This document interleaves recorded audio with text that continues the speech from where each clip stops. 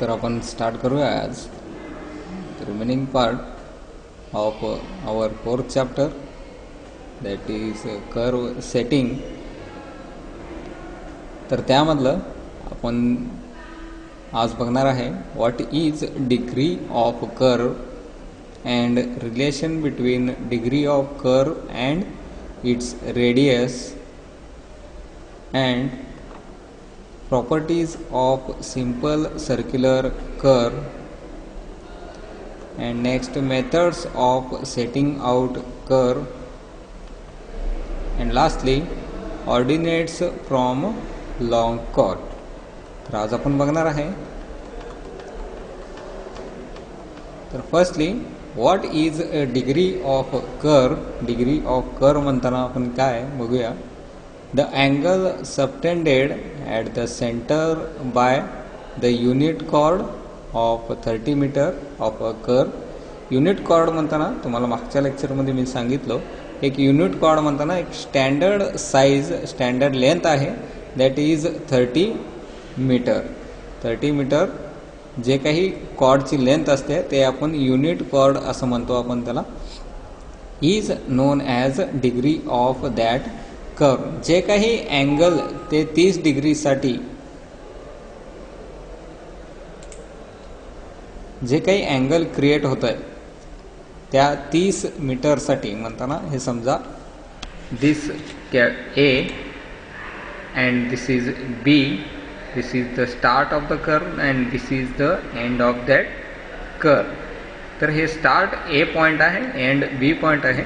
तर हे जे काही हॉरिझॉन्टल लाईन आहे ते लाईनची जर लेंथ 30 मीटर आहे आणि ह्या दोन्ही म्हणताना अँगल ए ओ बी ह्याच्या आतमधलं जे काही अँगल क्रिएट झाला आहे त्यालाच आपण काय म्हणणार आहे डिग्री ऑफ कर्व.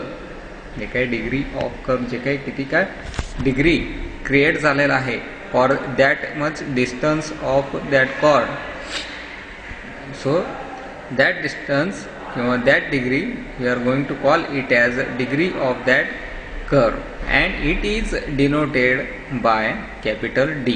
आपण ह्याला एक नोटेशन दिलं that is capital D. ते इंटेरियर जे काही अँगल झालेलं आहे त्याला आपण कॅपिटल D या नोटेशनमध्ये देतो. So this is called as degree of curve. म्हणतानाच काय the angle subtended at the centre of unit chord. हे सेंटर आहे. या सेंटरच्या ठिकाणी जे काही अँगल क्रिएट झाला आहे कशामध्ये ऑफ युनिट कॉर्ड म्हणताना ए टू बी हे कॉर्ड लेंथ आहे. या कॉर्ड लेंथच्या मध्ये जे काही अँगल क्रिएट झाला आहे त्यालाच आपण डिग्री ऑफ कर्व असं म्हणणार आहे. एक मिनटं.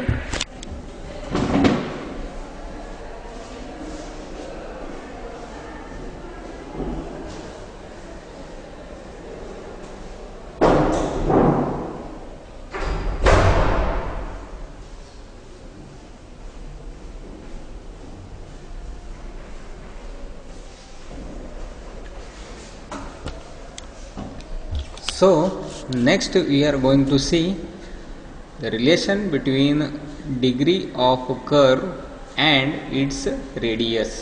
तर next we are going to see म्हणताना degree of curve that is capital D आणि त्याच्या रेडियसमध्ये काय रिलेशन आहे तर ते आपण बघूया. अगोदर आपण कन्सिडर करूया let capital A B.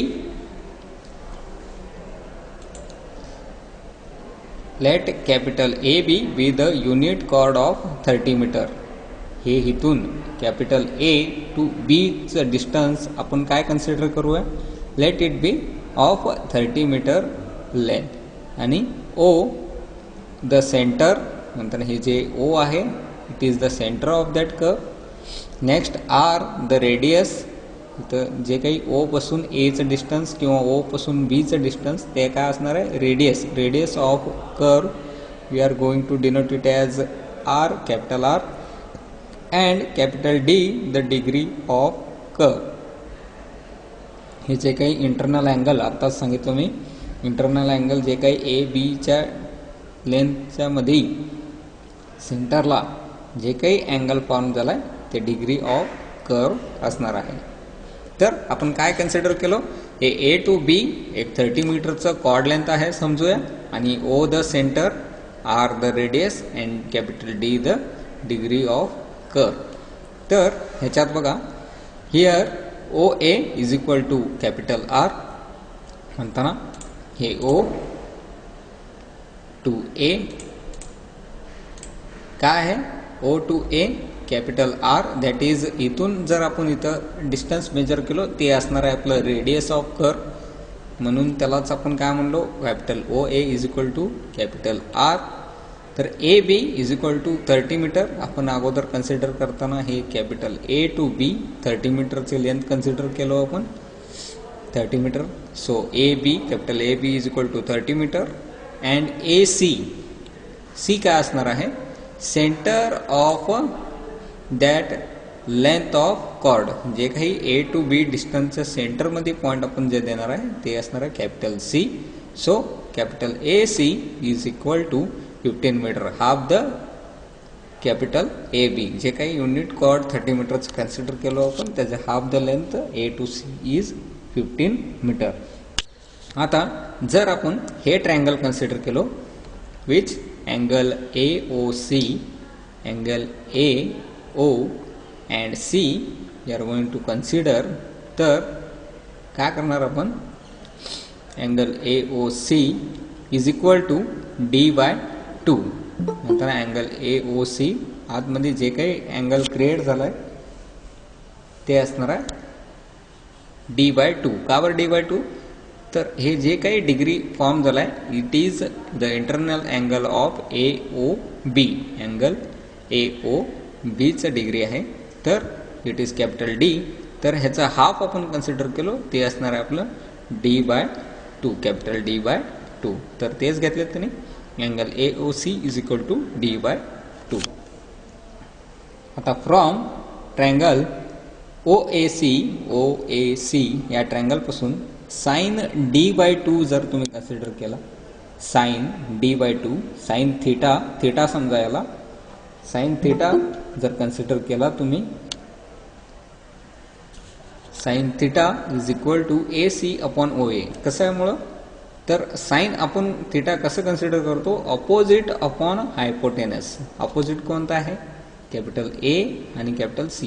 Capital A C is the opposite side upon divided by hypotenuse. साइनचं आपलं काय आहे, sine theta is equal to opposite upon hypotenuse. Opposite is A C and hypotenuse is A O, O A म्हणलं तरी चालेल, is equal to ए सीचं distance आपल्याला माहीत आहे that is 15 metre and A O is capital R. तर तेच घेतलं आपण 15 divided by capital R, that is radius of that curve. तर आपल्याला काय पाहिजे, we need to know the radius of that curve. So तर काय केलं आपण, आरला आपण या इज इक्वल टू साईनच्या इकडे घेऊन गेलो आणि हे साईन थिटा इथं मल्टिप्लाय डिवाइड, तर हे डिवाइड झालं इथं 15 divided by sine capital D by 2. 15 हे काय भेटणार आपल्याला जर आपण हे केलं तर आपल्याला रेडियस ऑफ दॅट कर्व भेटणार. Next, Wien D is very small, जर जे काही डिग्री ऑफ दॅट कर्व किंवा जे काही अँगल आहे आतला इंटेरियर, तर ते if it is very small, sine D by 2 may be taken as a D by 2 radians. तर आपण त्याला काय करणार, आपण डी बाय 2ला रेडियन्समध्ये कन्वर्ट करणार आहे. रेडियन्समध्ये कन्वर्ट करणार आहे.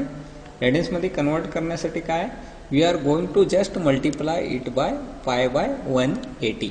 तर रेडियन्समध्ये कन्वर्ट करण्यासाठी आर आपल्या अगोदरच्या इक्वेशनमध्ये काय आलेलं, R is equal to 15 divided by sine D by 2, that R is equal to, आता रेडियन्समध्ये कन्वर्ट झाल्यावर 15 divided by D by 2 into फक्त या डी बाय 2ला पाय बाय 180 मल्टिप्लाय केलो.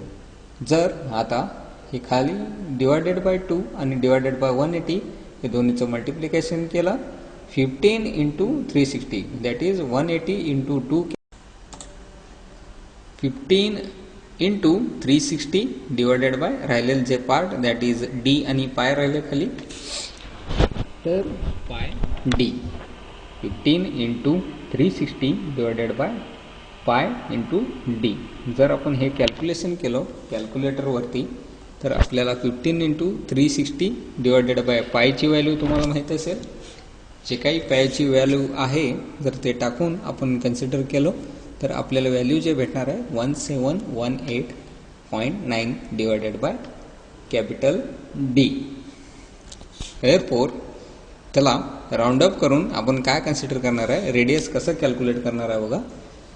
Capital R that is radius of curve is going to be equal to 1719 divided by capital D. म्हणतात आपल्याला जर डिग्री ऑफ कर्व त्यांनी दिलेलं असेल प्रॉब्लेममध्ये तर आपल्याला रेडियस कॅल्क्युलेट करायला सांगितलेलं असेल तर आपण काय करणार, R is equal to 1719 divided by capital D that is degree of curve. कधी करणार हे आपण, जर आपल्याला unit chord length that is हे जे काही युनिट कॉर्ड लेंथ होतं आपण किती कन्सिडर केलं आहे 30 मीटर. तर 30 मीटरच्या युनिट कॉर्डला तर हे फॉर्म्युला अप्लिकेबल आहे that is R is equal to 1719 divided by D. So this is the relation between the degree of curve and its radius. हे झालं आपलं जे काही डिग्री ऑफ कर्व आणि रेडियस मधलं हे रिलेशन काय आहे, दॅट इज रेडियस जर कॅल्क्युलेट करायचं असलं आपल्याला एखाद्या कर्वचे तर एका unit chord length that is 30 metre तुम्ही कन्सिडर केलं, 30 मीटरच्या कर्वसाठी 30 मीटरच्या कॉर्ड लेंथच्यासाठी तर हे formula that is 1719 divided by capital D हे आपण वापरणार आहे. So this is all about the relation between degree of curve आणि डिग्री ऑफ कर्व. म्हणताना आपण बघितलं डिग्री ऑफ कर्वला आपण काय देतो notation, denoted by capital D the angle subtended at the centre of unit chord. म्हणताना हे जे काही कॉर्ड लेंथ आहे त्यामधलं जे काही अँगल फॉर्म झाला आहे त्यालाच आपण डिग्री ऑफ दॅट कर्व, या कर्वचे डिग्री ऑफ दॅट कर्व असं म्हणतो. तर नेक्स्ट पार्ट बघूया. फक्त आता properties of simple circular curve. तर हे फक्त तुम्हाला फॉर्म्युला लिहून दिलो मी दॅट इज फाय म्हणतानाच काय असणार आहे,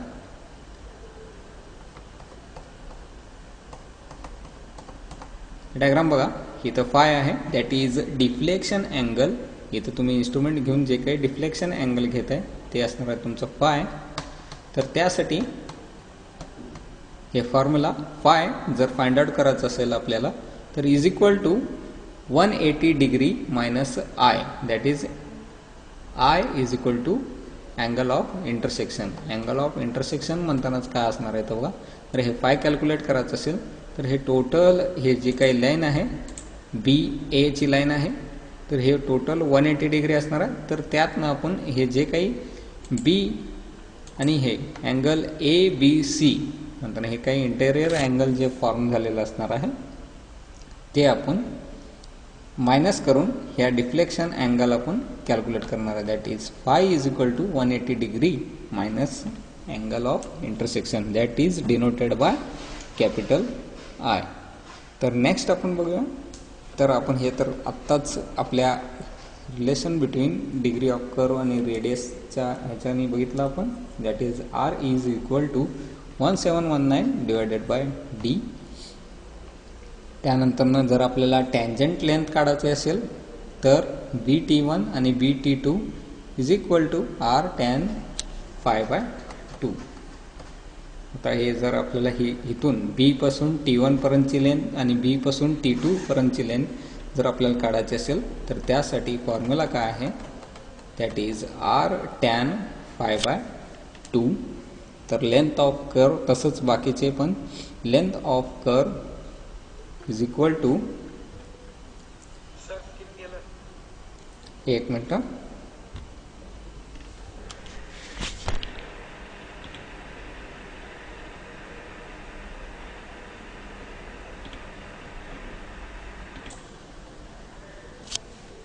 तर लेंथ ऑफ कर्व आपण कसं कॅल्क्युलेट करणार आहे, कर्वची जे काही लेंथ असणार आहे म्हणतो ना इथं T1 E हे जे काही E लिहिलं होतं मी फ्रॉम T1 पासून आपलं तुम्हाला अगोदरच्या लेक्चरमध्ये सांगलो. This is the start of the curve.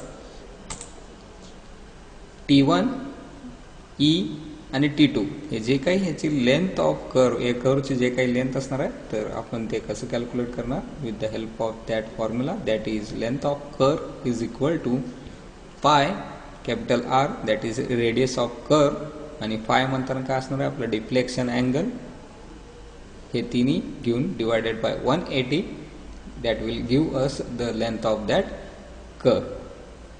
तर नेक्स्ट आपण length of long chord. Long chord म्हणताना काय असणार आहे आपलं बघा या डायग्राममध्ये जे काही distance that is from the T1 to T2 हे जे काही हॉरिझॉन्टल डिस्टन्स असणार आहे ते असणार आहे आपलं length of that long chord. हे लॉंग कॉर्डची लेंथ जर आपल्याला काढायची असेल तर length of long chord is equal to 2 capital R that is radius of curve 2R sine pi by 2. तर पाय आपण काय घेणार आहे डिफ्लेक्शन अँगल. तर next apex distance. Apex distance म्हणताना लास्ट लेक्चरमध्ये काय सांगितलं, apex distance is from capital D to E. That we are going to calculate it as apex distance R sec 5 by 2 minus 1. तर तसंच worst sine of curve is equal to R 1 minus cos 5 by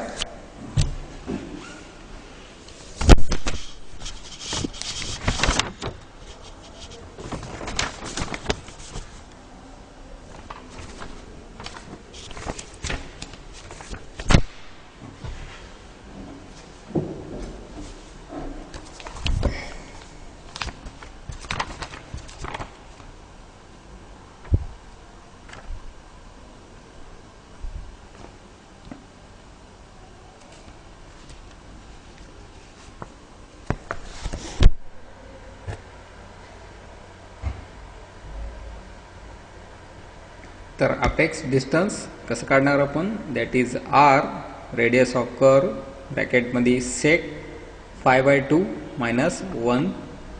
तर apex distance आपल्याला असणार आहे B to E.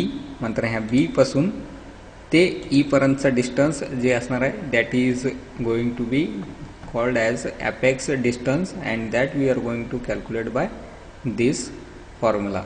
And next versed sine of that curve is equal to R1 minus cos 5 by 2. Versed साइनचं distance जे असणार आहे हे जे काही D हे mid point of that chord that is D to Eचं डिस्टन्स जे असणार आहे D पासून Eचं distance this D centre and this the apex point of that curve from this to this distance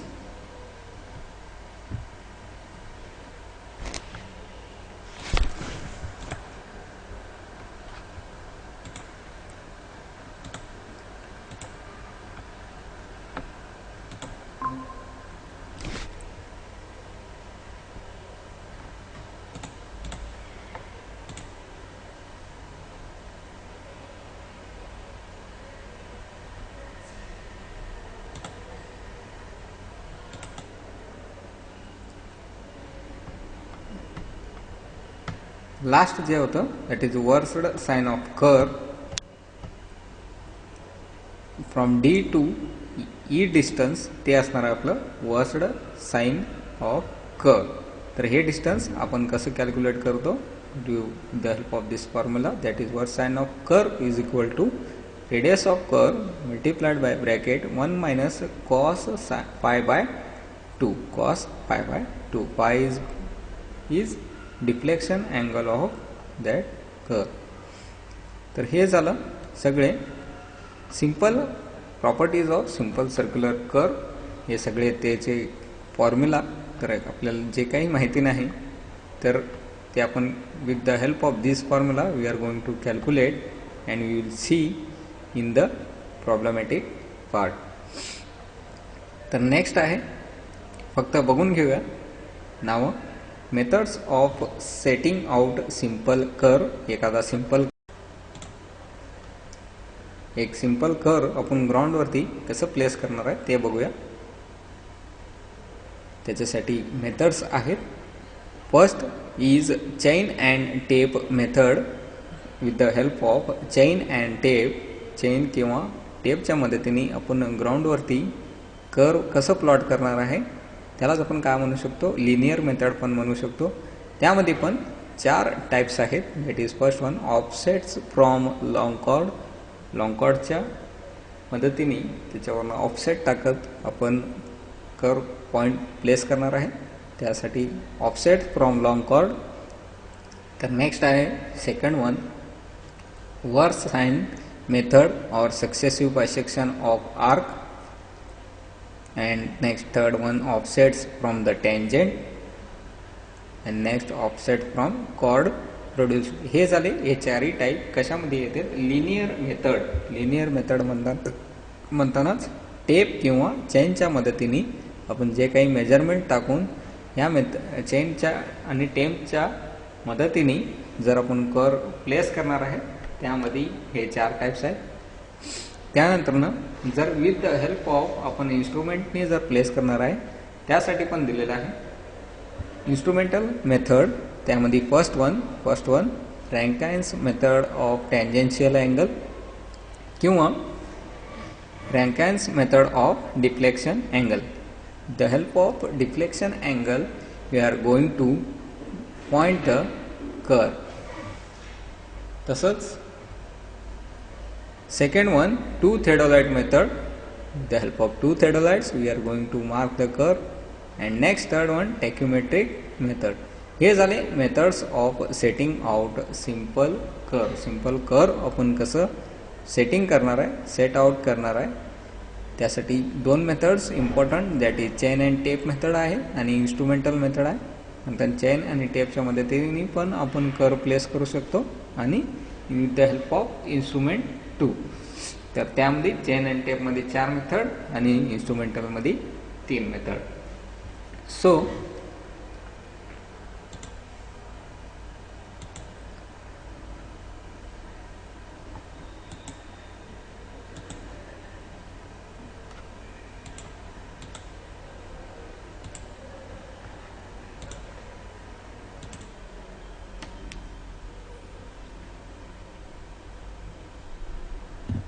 तर आपण बघितलो these are the methods of setting out simple curve. तर नेक्स्ट आपण बघणार आहे ऑर्डिनेट्स फ्रॉम लॉंग कॉर्ड. तर place करायच्या अगोदर जर ऑर्डिनेट्स फ्रॉम लॉंग कॉर्डच्या इथनं आपण एक ऑर्डिनेट कसं प्लेस करू शकतो ते आपण याच्यामध्ये बघणार आहे. This is the diagram for it. तर अगोदर एक्सप्लेन जे केलं मी, this is the centre of our circular कर्वचं आपण जे काही इथं सेंटर असणार आहे आणि O2 T1 जे काही असणार आहे O2 T1 किंवा E किंवा T2 हे काय असणार आपलं radius of curve, that is capital R. त्यानंतरनं D2E आत्ताच सांगितलं तुम्हाला वर्स साइन. त्यानंतरनं E to B apex distance असणार आहे आणि this is the tangent, AB is the tangent, BC is the tangent. तर हे T1 to B ते असणार आहे आपलं टँजंट लेंथ. BT1 आणि BT2 हे 2 टँजंट असणार आहेत. तर त्यानंतरनं T1 is the start of the curve and T2 is the end of the curve आणि T1 to T2चं डिस्टन्स आहे horizontal, that is length of long chord. हे लॉंग कॉर्ड असणार आहे. तर आपण कंटिन्यू करूया. The mid ordinate. The mid ordinate O0 is calculated as follows. The mid ordinate कुठं आहे हे बघा, that is D2E. त्याला आपण नोटेशन काय दिलो, समजा O0 असं म्हणलो तर ते कसं कॅल्क्युलेट करतात O0 इथं बघा O0 is equal to DE म्हणतानाच काय असणार आहे D2Eचं डिस्टन्स इज इक्वल टू त्यालाच काय म्हणलो मी versed sine of the curve. त्यालाच मी काय म्हणलो होतं तुम्हाला versed sine of the curve. इथून ते इथं डिस्टन्स जे असणार आहे that is D2E. We are going to call it as versed sine of the curve. तर ते आपण कसं कॅल्क्युलेट करतो versed sine of the curve तुम्हाला मगाशी फॉर्म्युलामध्ये दाखवलं, दॅट इज R ब्रॅकेटमध्ये 1 - cos 5/2 r cos 5/2 bracket complete. हे आपण इक्वेशन 1 म्हणूया आता सध्या. तर तसंच second capital OE is equal to R. O2 हे जे काही E पर्यंतचं डिस्टन्स असणार आहे, O2E का असणार आहे, रेडियस ऑफ कर्व, त्यासाठीच कॅपिटल R हे नोटेशन दिले. त्यानंतर मग capital OD R minus O0. जर मला O पासून D पर्यंतचं डिस्टन्स पाहिजे असेल तर मी काय करणार, O2E काय आहे, कॅपिटल R आहे, capital R that is radius of curve. त्यामुळं मी काय म्हणलो, D2Eचं डिस्टन्स O0 म्हणलो. त्यामुळं मी हे डिस्टन्स मायनस केले की मला काय भेटणार आहे, O2Dचं डिस्टन्स मला भेटून जाणार आहे. That is OE minus O0. That is OEचं काय म्हणलो, OE आपला R असणार आहे, radius of curve minus O0 from triangle OT1D. आता बघा ट्रायंगल कोणतं कन्सिडर केलो मी, O, T1 आणि D. हे D, this D, this T1 and O. हे 3 ट्रायंगल, हे 3 पॉईंट लक्ष द्या फक्त आता. दॅट इज O, T1 आणि D. तर OT1 स्क्वेअर हायपोटेनस फॉर्म्युला जर अप्लाय केलो आपण, Pythagoras theorem, that is OT1 square C square is equal to AB square plus BC square असं आपण म्हणतो. तसंच आता हायपोटेनस कोणता आहे, OT1 आहे, त्यासाठी OT1 square is equal to T1D square plus OD square. आता OT1 काय आहे, R आहे, OT1 ते डिस्टन्स काय आहे, रेडियस, ते R ला R ठेवलो आपण इथं बघा, R ला R ठेवलो, R square is equal to, आता T1 टू D काय असणार आहे, L/2. का वर, जे काही length of long chord that is T1 to T2 ते डिस्टन्सला आपण लेंथ म्हणतो, that is L, capital L. तर आपण त्याचा हाफ विड्थ घेतलो तर L/2 येणार, दॅट इज L डिवायडेड बाय 2चं स्क्वेअर प्लस मगाशी जे काढलो आपण OD स्क्वेअर. OD का असणार आहे, R मायनस O0, तेच आपण इथं ठेवलं आहे, R मायनस O0 स्क्वेअर. तर जर मी आता मला काय कॅल्क्युलेट करायचं आहे बघा, हे जे काही ऑर्डिनेट आहे O0 हे मला पाहिजे, दॅट इज वर्स्ट साईन मला पाहिजे O0. तर ते कसं कॅल्क्युलेट केलं, तर ह्याचा स्क्वेअर, हे L/2चं स्क्वेअर मी तिकडे घेऊन गेलो, हे तिकडं, हे तर प्लसचं काय झालं, हे मायनस झालं. आता R स्क्वेअर मायनस L/2 स्क्वेअर झालं.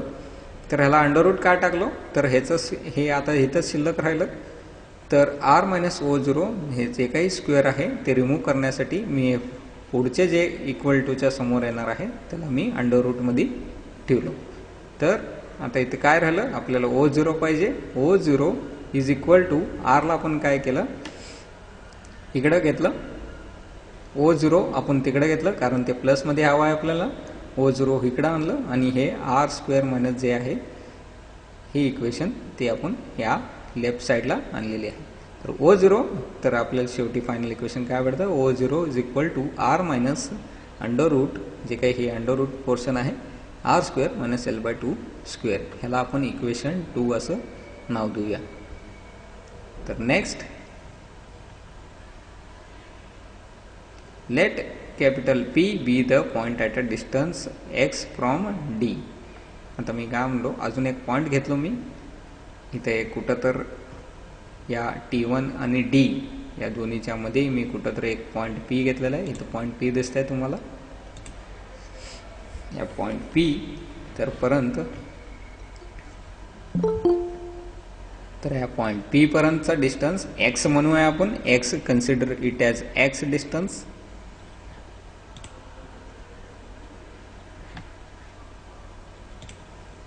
x डिस्टन्स कन्सिडर करूया. Let P be the point at a distance. काय केलो आपण, आता एक पॉईंट घेतलो कोणत्या तरी आपल्या T1 टू D पर्यंतचा डिस्टन्समध्ये, आपण T1 टू D पर्यंतचा या लाईनवरती आपण एक P पॉईंट कन्सिडर केलं, कॅपिटल P. त्यालाच आपण त्या डिस्टन्सला काय म्हणलो, x फ्रॉम D पासून एक x वर ठेवलं असं समजा. देन P1OX P1ला काय म्हणलो, इथं P आहे आपलं, आणि तिथं वरती जर आपण एक स्ट्रेट लाईन कन्सिडर केलो तर इथं P1 मार्क केलो मी. इथून ते इथं डिस्टन्स काय असणार आहे आपलं, लक्ष द्या. बघा हे P आहे, P2 P1 एक स्ट्रेट लाईन कन्सिडर केलो मी. हे जर P2 P1 हे डिस्टन्सला काय म्हणलो मी, OX असं म्हणलो मी. तर बघा इज द रिक्वायर्ड ऑर्डिनेट. तर मला ते रिक्वायर्ड ऑर्डिनेट आहे ते OXचा. तर a line P1 P2 is drawn parallel to the T1 T2. A line हे P1 टू P2 हे लाईन मी एक ड्रॉ केलेली आहे. It is P1 to P2 एक लाईन मी ड्रॉ केलो. तर आपल्याला काय रिक्वायर्ड आहे, OX आपल्याला पाहिजे. तर बघा फ्रॉम अँगल OP1 P2, आता OP1 P2 बघूया. हे O सेंटर ऑफ कर्व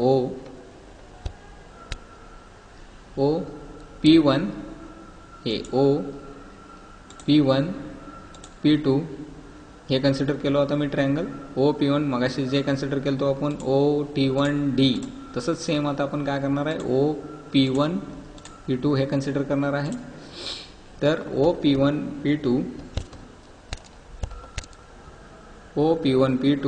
हे आपण कन्सिडर करून सेम मगाशी जे थेरम वापरला आपण, that is AC² is equal to AB² plus BC². तसंच पद्धतीने OP1² is equal to OP2² plus P1P2². आता OP1 काय आहे, हे बघा OP1 हे काय असणार आहे, कर्वला टच झालाय त्याच्यामुळं आपण काय कन्सिडर करणार आहे, रेडियस कन्सिडर करणार आहे. O2 जे काही कर्वच्या एंडिंगला असणार आहे ते radius of curve is equal to काय असणार आहे, OP2² OP2 काय असणार आहे, R मायनस जे काही OX चे डिस्टन्स. बघा आता OP2² दॅट इज ब्रॅकेटमध्ये R minus O0 plus OX असणार आहे. कसं कॅल्क्युलेट केलं आपण, तर इथं बघा मला हे डिस्टन्स पाहिजे. कसं घेतलं, OP1 हे डिस्टन्स पाहिजे. OP1 चा डिस्टन्स कसं कॅल्क्युलेट केलं मी, टोटल अगोदर O2E चा डिस्टन्स ते असणार आपलं रेडियस आपण घेतलं R मायनस O0, नंतर इथंपर्यंतचा डिस्टन्स. जर इथून मी इथंपर्यंतचा डिस्टन्स मायनस केलो दॅट इज O0 मायनस हे दोन्ही झालं ब्रॅकेटमध्ये ठेवलं आपण R मायनस O इथंपर्यंत आलो म्हणून. आता प्लस काय करणार आहे, प्लस OX इथूनचा इथंपर्यंतचा डिस्टन्स प्लस OX केल्यावर काय भेटणार आपल्याला, P2 टू O पर्यंतचा डिस्टन्स मला भेटून जाणार. तर इथं बघा आता इथं R मायनस O0 केलो आपण, म्हणताना टॉप टोटल रेडियस आपण कन्सिडर केलो, रेडियस मायनस O0 म्हणताना वर साईन ब्रॅकेटमध्ये टाकलो. तर प्लस OX जे काही असणार आहे ते प्लस केल्यावर आपल्याला काय भेटणार आहे, OP2 पर्यंतचा डिस्टन्स मला भेटून जाणार आहे. तर त्याचं स्क्वेअर OP2चं स्क्वेअर कन्सिडर केलो प्लस X² X म्हणताना आता हे distance that is P2D P1 to P2चं डिस्टन्स जे असणार आहे ते X कन्सिडर केलो आपण, त्यामुळं X² असं घेतलो. तर इथं बघा तर मी काय केलो, तर X हे टोटली इकडे घेऊन गेलो, दॅट इज लेफ्ट हँड साईडला घेऊन गेलो. Xला जर इथं प्लस आहे X तर इकडे घेऊन गेल्यावर काय होणार आहे, मायनस होणार आहे. तर ह्याचं स्क्वेअर काढून टाकण्यासाठी मी काय केलो, याला अंडर रूटमध्ये ठेवलो. तर हे राईट हँड साईडला ठेवलो.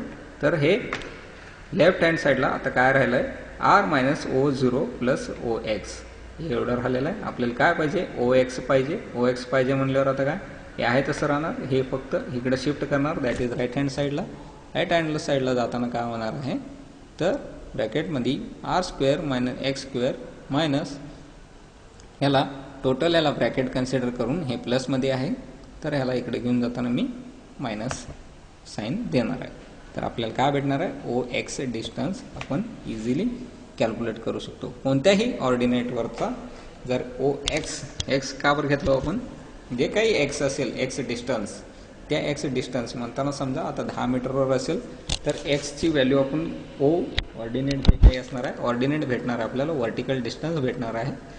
तर इथं 10 टाकणार आपण, 10 टाकून जे काही वरसुद्धा साईन कॅल्क्युलेट करतो ते असणार आहे आपलं O0. रेडियस तर आपल्याला माहितीच असणार आहे.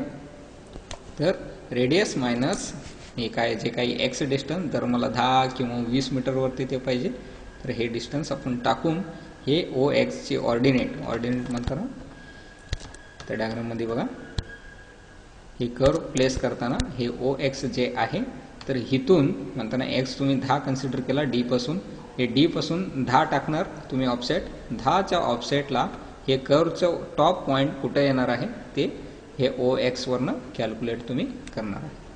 समजलं हे?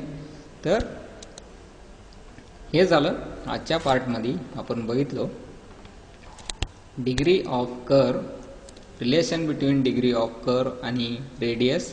अजून एकदा बघूया. डिग्री ऑफ कर्व म्हणतानाच काय असणार आहे, जे काही तुमच्या एका युनिट कॉर्डसाठी जे काही इंटरनल अँगल क्रिएट झाला आहे त्यालाच आपण डिग्री ऑफ कर्व म्हणतो. त्याला आपण नोटेशन काय दिलं, कॅपिटल D. तर दोन्हीमधलं रिलेशन बघितलं आपण, रेडियस आणि डिग्री ऑफ कर्वमध्ये. तर त्यासाठी पण एक फॉर्म्युला क्रिएट केला आपण, radius is equal to 1719 divided by capital D. Properties of simple curve बघितला आज.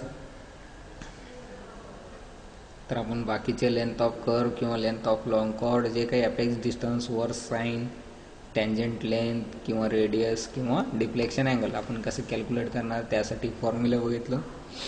तर methods of simple circular curve, setting out simple curve आपण कसं प्लॉट करणार आहे त्याबद्दल मेथड्स फक्त आपण नावं बघितलं.